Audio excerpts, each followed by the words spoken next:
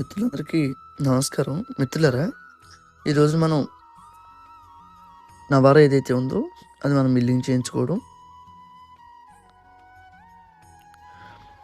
ఈ రోజున నవార ఏదైతే ఉందో చాలామంది మిత్రులు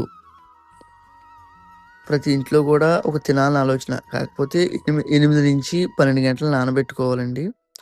మన కుకింగ్ కూడా ఎక్కువ సమయం పడుతుంది అని అంటూ ఉన్నారు.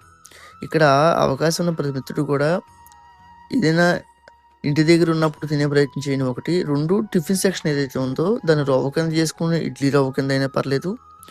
లేదు, ఒక గ్లాసు మినపప్పు, 2 గ్లాసుల నవార ఏదైతే ఉందో అలా కూడా తీసుకునే ప్రయత్నం చేయండి. ఏదైనా కానీ ఫైబర్ ఏదైతే ఉందో అది మనం ప్రతిరోజు తినే ప్రయత్నం చేయాలండి.